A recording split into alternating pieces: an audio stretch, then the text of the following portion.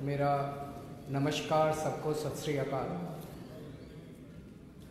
पिछले 1-1.5 महीने से मेरे पास पंजाब के अलग अलग इलाकों से, अलग अलग क्षेत्रों से टीचर्स मिलने के लिए आ रहे हैं। कॉलेज के टीचर्स आ रहे हैं, कच्चे टीचर्स आ रहे हैं, पक्के टीचर्स आ रहे हैं, हर किस्म के टीचर्स आ रहे हैं, प्राइवेट स्कूलों के टीचर्स आ रहे हैं। उन्होंने बताया कि पंजाब में खासकर सरकारी स्कूलों का बहुत बुरा हाल है, बहुत ज़्यादा। 24 लाख बच्चे पंजाब के सरकारी स्कूलों में पढ़ते हैं। इन 24 लाख बच्चों का भविष्य अंधकार में है। पढ़ाई के नाम पे कुछ भी नहीं है। उन्होंने बताया कि बहुत सारे सरकारी स्कूल ऐसे हैं जिनमें एक भी टीचर नहीं है। 7वीं क्लास तक के स्कूल ऐसे हैं जिसमें एक भी टीचर नहीं है। कई स्कूल ऐसे हैं जिसमें केवल एक ही टीचर है सारी क्लासेस के लिए, 7 क्लासों के लिए एक ही टीचर है।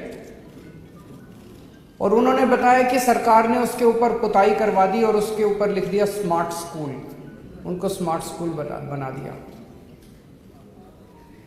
जब 2015 में दिल्ली में हमारी सरकार बनी थी, दिल्ली के सरकारी स्कूलों का भी इतना ही बुरा हाल था, बहुत बुरा हाल था। सरकारी स्कूलों में, दिल्ली के सरकारी स्कूलों में भी पढ़ाई के नाम पे जीरो थे। लोग, अगर कोई गरीब आदमी थोड़ा सा भी पैसा कमा लेता था तो वो कोशिश करता था मैं अपने बच्चे को किसी बगल के प्राइवेट स्कूल में पढ़ा दूं। सरकारी स्कूल से नाम कटवा लेता था, प्राइवेट स्कूल में भेज देता था। लेकिन आज 7 साल के बाद दिल्ली के सरकारी स्कूलों की काया पलट गई है बिल्कुल।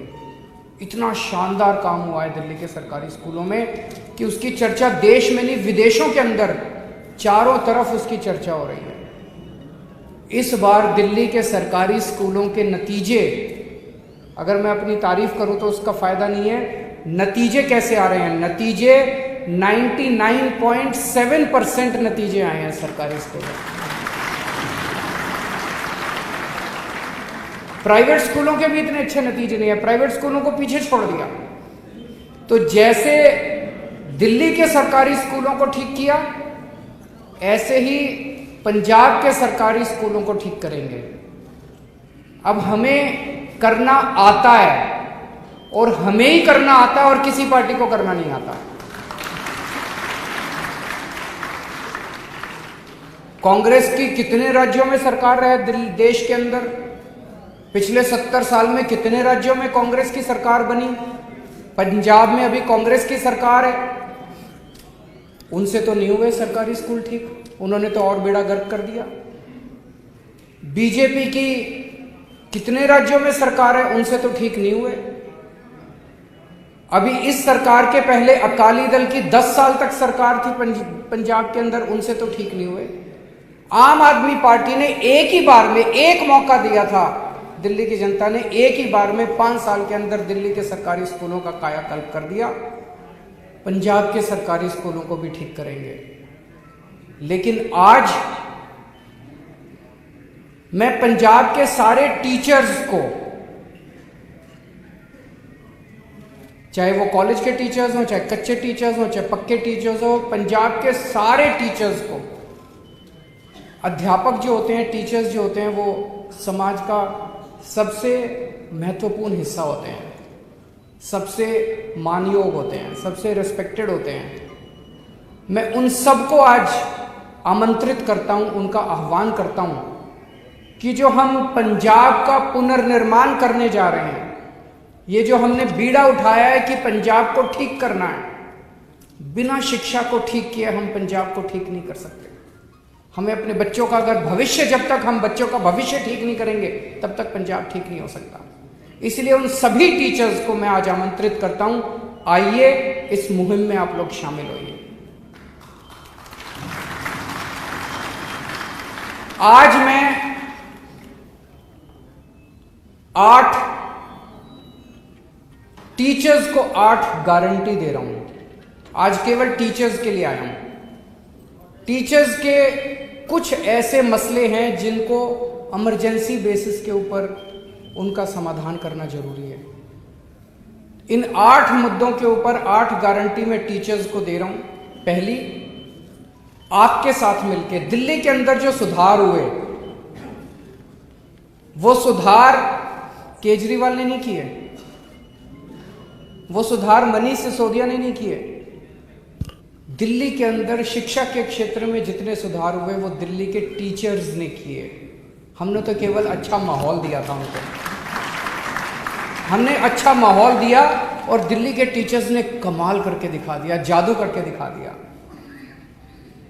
पहली गारंटी ये है कि पंजाब के अंदर भी माहौल बदलेंगे, टीचर्स को अच्छा माहौल देंगे और टीचर्स के साथ मिलके पंजाब के शिक्षा के क्षेत्र में क्रांति लेके आएंगे, जैसे दिल्ली के अंदर लेके आए थे। ये हमारी सभी टीचर्स को और पेरेंट्स को गारंटी है। इसका मैं पूरा मसौदा तैयार कर रहा हूं मनीष सिसोदिया जी के साथ। कुछ दिन के बाद मैं दोबारा आऊंगा आपके बीच में, उस दिन शिक्षा पे बात करेंगे, आज केवल टीचर्स की बात कर रहे हैं। दूसरा, मेरे पास कुछ टीचर्स मिलने के लिए आए, बोले जी 18 साल हो गए हमको काम करते, अभी तक कच्चे हैं। मैंने उनसे पूछा कितनी तनख्वाह मिलती है, भगवंत मान जी भी मेरे साथ बैठे थे कल। मैंने पूछा कितनी तनख्वाह मिलती है, आपको जान के ताज्जुब होगा, 18 साल काम करने के बाद एक टीचर को 10,000 रुपए महीना तनख्वाह मिलती है। इतनी दुर्गति टीचर्स की, इतना अपमान टीचर्स का। दिल्ली के अंदर न्यूनतम मिनिमम वेज, अनस्किल्ड लेबर, अगर कोई अनस्किल्ड लेबर 1 महीना काम करता है तो उसको मिनिमम वेज 15,000 रुपए मिलते हैं दिल्ली के अंदर। टीचर्स को यहां पे मिनिमम वेज भी नहीं मिलता, मिनिमम वेज के बराबर भी नहीं मिलता उनको केवल 10,000 रुपए महीना टीचर्स को मिलता है। और वो बोले जी 10,000 तो मैक्सिमम है। कई टीचर्स ऐसे हैं जो 3,000 पे काम कर रहे हैं, कई टीचर्स ऐसे हैं जो 5,000 पे काम कर रहे हैं। 18 साल काम करने के बाद भी कोई आउटसोर्सिंग पे है, कोई कॉन्ट्रैक्ट पे है। तो सबसे पहली चीज, सरकार बनने के तुरंत बाद जितने टीचर्स आउटसोर्सिंग पे काम कर रहे हैं और जितने टीचर्स ठेके पे काम कर रहे हैं, उन सब लोगों को पक्का किया जाएगा।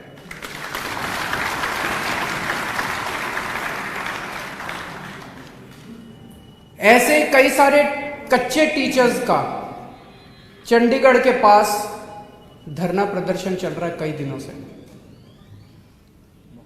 मुझे पता चला कि चंडीगढ़ के पास एक जगह एक पानी की टंकी के ऊपर एक महिला टीचर और 2 पुरुष टीचर कई दिनों से पानी की टंकी के ऊपर चढ़े हुए हैं। उन्होंने दशहरा, दिवाली, करवा चौथ सारे त्योहार पानी की टंकी के ऊपर मनाए हैं। ये बेहद दुख की बात है।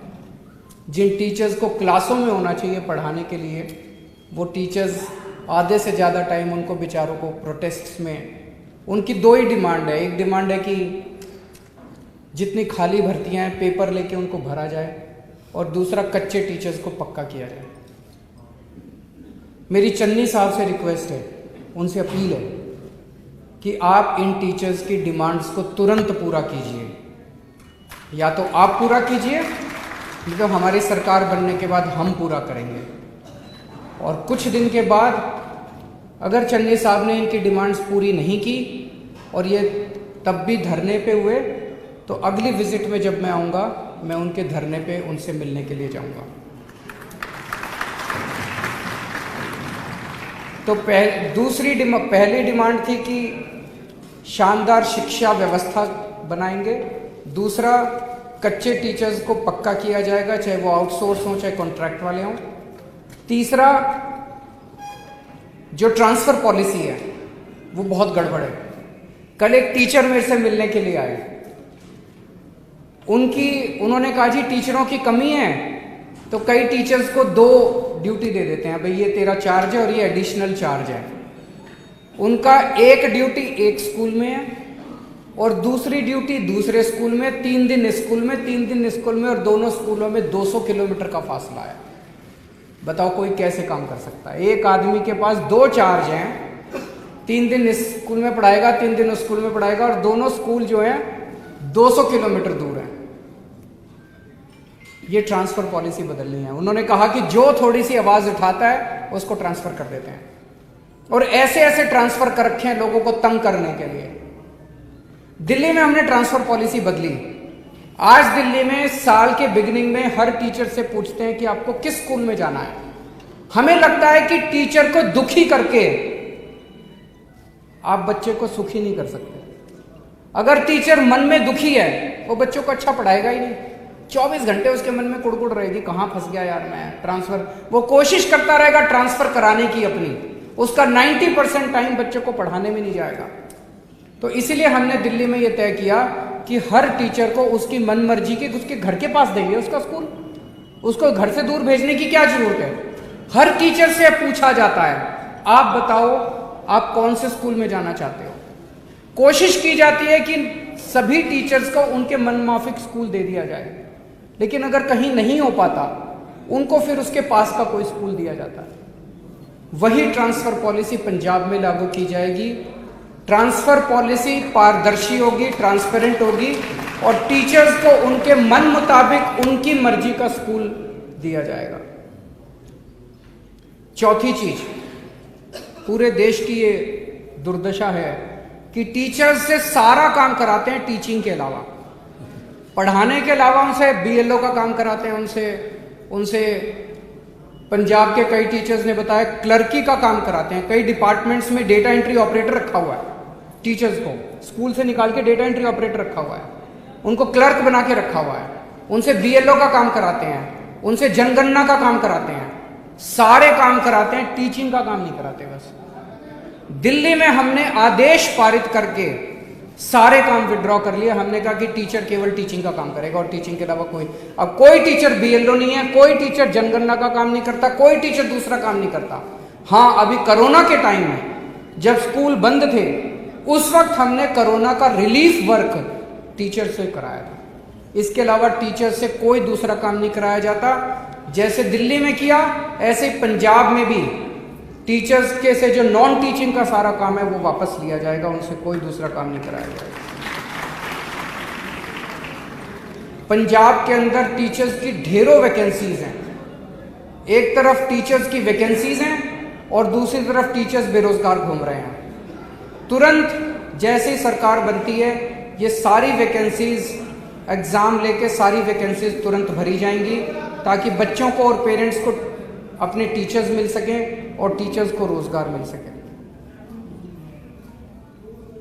जैसा मैंने कहा कि दिल्ली के अंदर इतनी शानदार जो व्यवस्था हुई शिक्षा की वो टीचर्स ने करी। उन टीचर्स को ट्रेनिंग देने के लिए और मोटिवेट करने के लिए आपको जान के ताज्जुब होगा, हमने टीचर्स को और प्रिंसिपल्स को विदेशों में भेजा ट्रेनिंग करने के लिए। हमारे टीचर्स फिनलैंड गए, कनाडा गए, न्यूजीलैंड गए, इंग्लैंड गए, अमेरिका गए। तो जैसे दिल्ली के टीचर्स को और आईएम लखनऊ, आईएम अहमदाबाद और आईएम एक दो और आईएम्स के साथ टाई अप करके वहाँ उनको ट्रेनिंग के लिए भेजा, जैसे दिल्ली के टीचर्स को हमने विदेशों में और मैनेजमेंट इंस्टीट्यूट्स में भेजा, ऐसे पंजाब के टीचर्स को भी हम ट्रेनिंग करवाने के लिए विदेशों में भेजेंगे। छठा, अभी टीचर्स को टाइम पे प्रमोशन नहीं मिलता पंजाब में।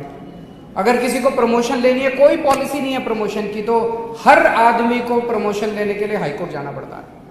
ये बंद किया जाएगा, टाइम बाउंड प्रमोशन किया जाएगा, सबको टाइम पे प्रमोशन मिला करेगी। और आखिरी 8वीं बात, सभी टीचर्स को और उनके परिवार के लोगों को कैशलेस मेडिकल व्यवस्था का उनके लिए इंतजाम किया जाएगा। दिल्ली के अंदर भी हमने किया है सभी टीचर्स के लिए, यहाँ भी किया जाएगा। मैं सभी टीचर्स को आज आह्वान करना चाहता हूं, आप लोगों ने अकाली दल को भी देखा, आप लोगों ने कांग्रेस को भी देखा, एक मौका आम आदमी पार्टी को भी दे के देख लो, कोई फर्क नहीं पड़ता। एक मौका आम आदमी पार्टी को दे के देखो, जैसे दिल्ली में परिवर्तन किया ऐसे पंजाब में भी परिवर्तन करेंगे। मेरी सभी टीचर्स से गुजारिश है हाथ जोड़ के कि ये जो चुनाव आ रहे हैं, ये चुनाव पूरे पंजाब का भविष्य बदल सकते हैं। तो आप सब लोग भी अपने दोस्तों को, यार दोस्तों को, रिश्तेदारों को ज़रूर कहें कि वो बढ़ चढ़ के आम आदमी पार्टी को वोट दें, झाड़ू को वोट दें, ताकि हम नया पंजाब बना सकें। बहुत बहुत शुक्रिया। कोई सवाल?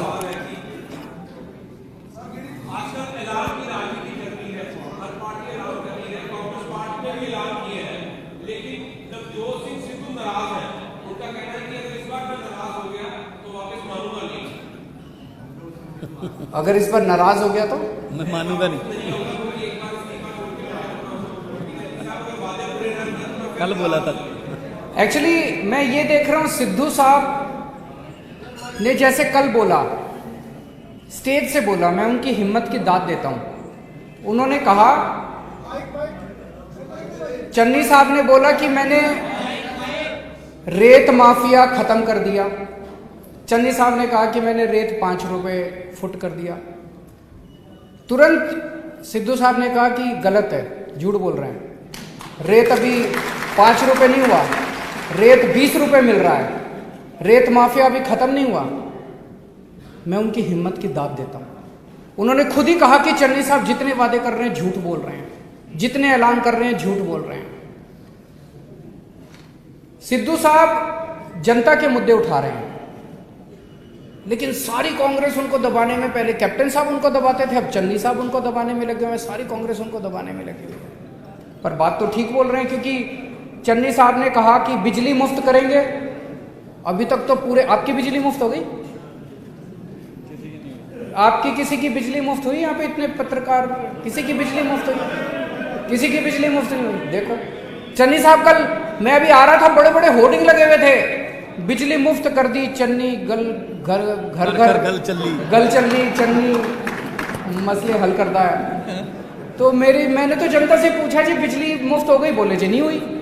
चन्नी साहब ने कहा था मैं मोहल्ला क्लिनिक बनाऊंगा, एक मोहल्ला क्लिनिक नहीं बना पूरे पंजाब में। चन्नी साहब ने व्यापारियों को बोला मैं भ्रष्टाचार खत्म कर दूंगा, कोई भ्रष्टाचार खत्म नहीं हुआ। कल चन्नी साहब क्या क्या आए हैं ऑटो वालों को कि मैं तुम्हारे चालान खत्म कर दूंगा, देखते हैं होते हैं कि नहीं होते हैं।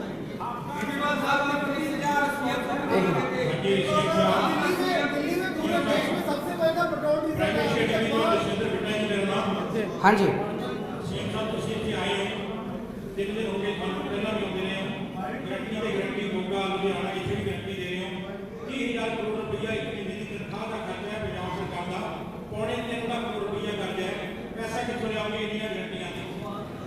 देखो जी, पहली चीज, कल मैं इनके बयान सुन रहा था, सारे कांग्रेस, चन्नी साहब के, सिद्धू साहब के, और भी कांग्रेसी, सारे जने क्या कह रहे थे? पंजाब का खजाना खाली हो गया, पंजाब का खजाना खाली हो गया। पंजाब किसने करा भाई पंजाब का खजाना खाली? 5 साल तो तुम्हारी सरकार थी, तुमने करा क्या? लूट लिया तुम लोगों ने? किसने करा पंजाब का खजाना खाली? जवाब देना चाहिए इनको। 5 साल के बाद जब दूसरा चुनाव आ रहा है, कह रहे पंजाब का खजाना खाली हो गया। तुमसे पहले 10 साल अकाली वाले थे, 5 साल तुम, 15 साल में तुम लोगों ने मिलकर लूट लिया पंजाब को, अब कह रहे हो पंजाब का खजाना खाली हो गया। 1 मिनट, हमारी सरकार बनेगी, सबसे पहले इसकी जांच करवाएंगे कि पंजाब का खजाना खाली किसने करा, इसकी जांच कराएंगे। दूसरी चीज, जब दिल्ली में हमारी सरकार बनी थी, उसके पहले 15 साल कांग्रेस की सरकार थी, वो भी दिल्ली का खजाना खाली करके गए थे। उस टाइम भी शीला दीक्षित जी कहते थे दिल्ली का खजाना खाली, दिल्ली का खजाना खाली। केजरीवाल को खजाना भरना भी आता है, जांच भी करनी आती है। तो जो लोग कह रहे हैं खजाना खाली हो गया, उनसे सरकार नहीं चलती, इस्तीफा दे दें, हम सरकार चला के दिखा देंगे, खजाना भर के भी दिखा देंगे। चन्नी साहब को मैं टीवी में देखता हूं, उनके खब्बे पास से रेता माफिया बैठा होता है और सज्जे पास से ट्रांसपोर्ट माफिया बैठा होता है। सारा खजाना तो वहीं से निकल आएगा। उनकी कैबिनेट को संभालने, वो उनका सारा खजाना भर जाएगा अगर वो अपनी कैबिनेट संभालने तो।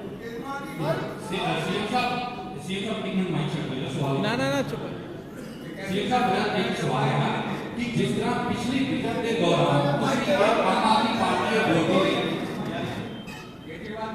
आम आदमी पार्टी लगातार बोलती रही, इसलिए बोल रही कि आम आदमी पार्टी एक गारंटी लेके आ रही है, आम आदमी पार्टी एक गारंटी सरकार बनती, पर इस वाली जी कल की विजन दोस्ती जिन्ना को मॉनिटर कर रहे हैं कि अरविंद केजरीवाल ये कर रहे हैं, अरविंद केजरीवाल की एक गारंटी इस तरह लग रहा है कि अरविंद केजरीवाल प्रोजेक्टिंग हिमसेल्फ कि एक शिफ्ट ये चीज जो आज का मोदी गारंटी मुझे इस तरह नजर आ रहा है कि केजरीवाल एक खुद को प्रोजेक्ट कर रहे हैं। दूसरा सवाल सर के नाल जुड़िया होया कि ਤੁਸੀਂ गारंटी दे रहे हो पंजाब भर ਦੇ ਵਿੱਚ ਪਰ ਤੁਹਾਡੇ ਆਪਣੇ ਐਮਐਲਏ ਜਿਹੜੇ ਆ ਸ਼ਾਇਦ ਉਸ ਦੀ ਯਕੀਨ ਨਹੀਂ ਕਰ ਰਹੇ हैं ਕੀ ਹੈ ਤੁਹਾਡੇ ਵਿਜ਼ਿਟ ਤੋਂ ਪਹਿਲਾਂ ਹੀ ਕਿਉਂ ਸਿਟਿੰਗ ਐਮਐਲਏ ਨਾਰਾਜ਼ ਹੋ ਕੇ ਪਾर्टी ਛੱਡ ਰਹੇ हैं सर क्लियरली ਦਾ ਥੋੜਾ ਇਲੈਬੋਰੇਟ ਕਰਕੇ ਜਵਾਬ ਦਿਓ। खूब इलेबोरेट करांगा जी, चिंता ना करो तुसी।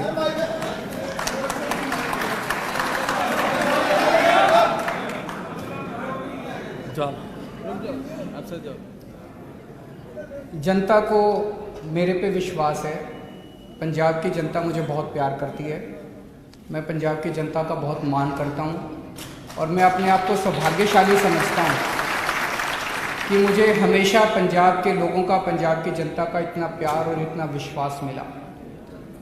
तो जब मैं गारंटी देता हूँ, मैं कहता हूँ केजरीवाल की पहली गारंटी, तो जनता कहती है हाँ ये बंदा पूरी करेगा गारंटी। मैं कहता हूँ केजरीवाल की दूसरी गारंटी, तो जनता कहती है जी हाँ यह बंदा पूरी करेगा गारंटी। तो उसका तो मकसद ये है, आप अगर जिस दिशा में पूछ रहे हैं, केजरीवाल सीएम का कैंडिडेट नहीं है, मैं पहले भी कह चुका था।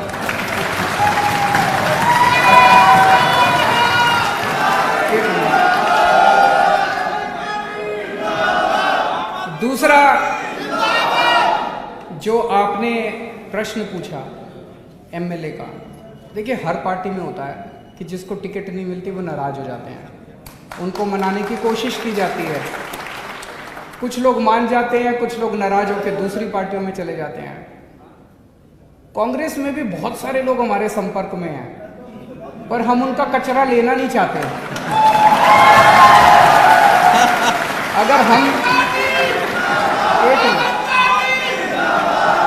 अगर हम उनका कचरा लेना चालू कर दे, आज शाम तक मैं चैलेंज कर रहा हूं 25 कांग्रेस के एमएलए हमारी पार्टी में शामिल हैं।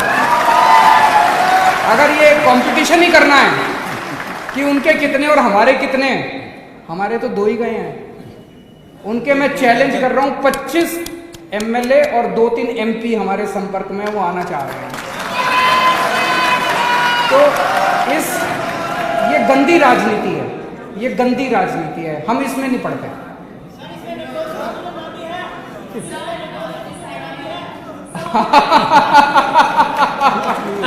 उनका प्रश्न है कि क्या उसमें नवजोत सिंह सिद्धू का नाम भी है।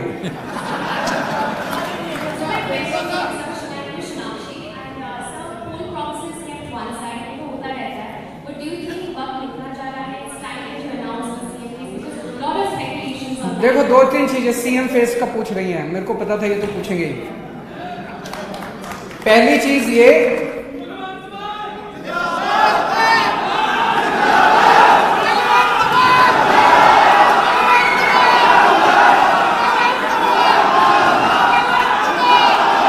एक मिनट मेरे को जवाब देने दो, मेरे को पता था ये पूछेंगे। सबसे पहले हर पार्टी या तो सीएम कैंडिडेट डिक्लेयर करती है और या नहीं करती है। अगर करती है, सीएम कैंडिडेट डिक्लेयर करने के बाद चुनाव फिर ऊपर ही जा सकता है, वो फिर नीचे नहीं आ सकता, वो पीक पे ही जा सकता है। जो पार्टी चुनाव के पहले ये रणनीति बनाती है कि हम सीएम कैंडिडेट डिक्लेयर करेंगे, वो बिल्कुल चुनाव के करीब आने के ऊपर करती है, कोड लगने के करीब आने पे या कोड लगने के बाद करती है। मैं आपको उदाहरण देता हूँ, पिछली बार कैप्टन साहब को चुनाव 4 फरवरी को थे, कैप्टन साहब को 1 हफ्ता पहले कांग्रेस ने सीएम कैंडिडेट डिक्लेयर किया था। अभी तक कांग्रेस पार्टी ने, रूलिंग पार्टी है पंजाब की, उन्होंने अपना सीएम क्या, वो नहीं बता रहे कि सिद्धू साहब बनेंगे, कि रंधावा बनेंगे, कि चन्नी साहब को ही कंटिन्यू करेंगे, वो अभी बता ही नहीं रहे। उधर उत्तर प्रदेश में चले जाओ, उत्तर प्रदेश में योगी साहब को उनके डिप्टी सीएम 2-3 डिप्टी सीएम सारे कह रहे हैं जी इस बार सीएम कैंडिडेट नहीं करेंगे, हम तो लोटस पे, कमल पे चुनाव लड़ेंगे। उत्तर प्रदेश में बीजेपी का सीएम कैंडिडेट कौन होगा पता ही नहीं है। उत्तराखंड के अंदर बीजेपी का सीएम कैंडिडेट कौन होगा पता ही नहीं, कांग्रेस का सीएम कैंडिडेट कौन होगा, हरीश रावत होंगे कि उनके वो होंगे पता ही नहीं। गोवा के अंदर चुनाव हो रहे हैं, गोवा के अंदर बीजेपी का सीएम कैंडिडेट रोज बेचारा सीएम घूम रहा है, दिल्ली के चक्कर काट रहा है मेरे को अभी किसी पार्टी ने डिक्लेयर नहीं किया। मैं आपको ये अश्योरेंस दे रहा हूं, बाकियों से पहले कर देंगे हम।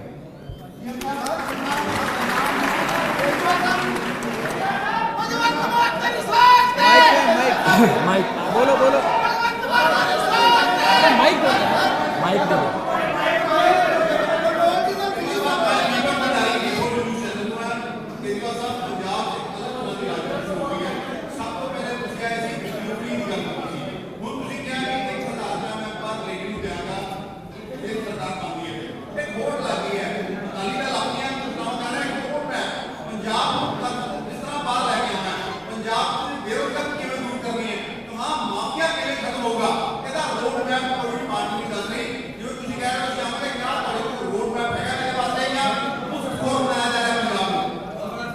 मैं एक मिनट, वो कह रहे हैं कि क्या पंजाब को मुफ्त खोर बनाया जा रहा है।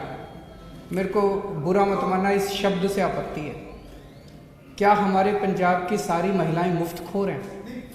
मैं पूछ रहा हूँ मुफ्त का मतलब क्या है? सुनिए ना जवाब। सुन तो लीजिए। हमारे पंजाब की महिलाएं मुफ्त खोर नहीं हैं।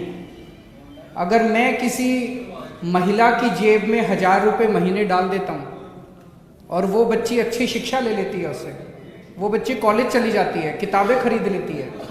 अगर किसी गृहिणी की जेब में 1000 रुपये आ जाते हैं, वो अपने बच्चों के लिए पढ़ाई अच्छी कर लेती है। किसी माँ की जेब में 1000 रुपये आ जाते हैं, वो उसके घर बेटी आई हुई है, उस बेटी को थोड़े से पैसे दे देती है। इसमें क्या मुफ्तखोरी क्या है? वेस्टर्न कंट्रीज में इसको कहते हैं सोशल सिक्योरिटी। हमारे यहाँ इन नेताओं ने कर दी मुफ्तखोरी। एक चीज बताओ, आपके जितने मंत्री और मुख्यमंत्री हैं उनकी बिजली फ्री है कि नहीं है? तो मंत्रियों को तो फ्री बिजली मिले और केजरीवाल 300 यूनिट बिजली फ्री कर दे तो कहते हैं केजरीवाल मुफ्तखोरी कर रहा है, केजरीवाल मुफ्तखोरी कर रहा है।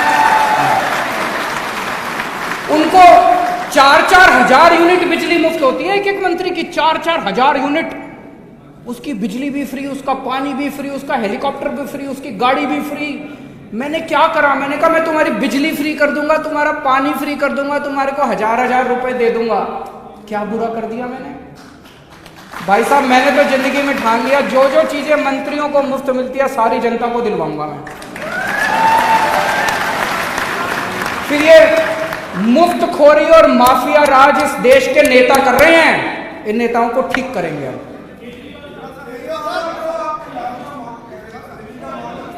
एक माइक सुनाई नहीं दे रहा।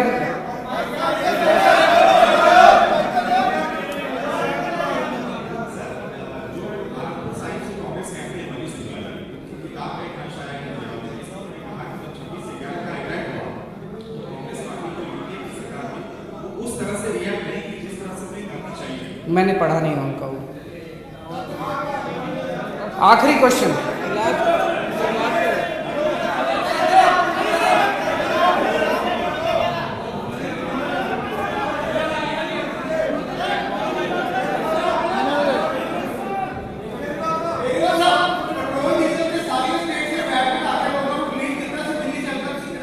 करेंगे जी, इंतजार करो, इंतजार का फल मीठा होता है।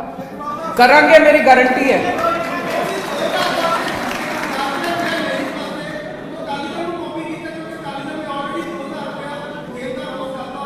किस चीज का 2000 रुपए? लेडीज को 2000 देंगे, मतलब ब्लू कार्ड वाली लेडीज को देंगे। अच्छा, 2000 रुपए महीना देंगे हर महीने। अकाली दल पे क्या सरकार ही नहीं बन रही जिसकी वजह तो जनता तय करेगी कि उनको केजरीवाल की गारंटी पे भरोसा है कि अकाली दल। मैं एक चीज और कहना चाहता हूँ, मैंने अभी 2-3 दिन पहले उनका इंटरव्यू देखा था, चन्नी साहब का। वो कह रहे थे कि असली आम आदमी तो मैं हूँ। बोले मेरे को गिल्ली डंडा भी खेलना आता है, मेरे को गाय का दूध निकालना आता है। तो बोले असली आम आदमी मैं हूँ, वो केजरीवाल जो है वो आम आदमी नहीं है। मैं उनसे 100% सहमत हूँ। मेरे को गिल्ली डंडा खेलना नहीं आता, मेरे को कंचे खेलने नहीं आते, मेरे को बच्चों के स्कूल बनाने आते हैं, मेरे को अच्छी शिक्षा देनी आती है, मेरे को बच्चों का भविष्य बनाना आता है, मेरे को गाय का दूध निकालना नहीं आता, पर मेरे को आपके लिए मोहल्ला क्लिनिक बनाने आते हैं, मेरे को आपके लिए अस्पताल बनाने आते हैं। मेरे को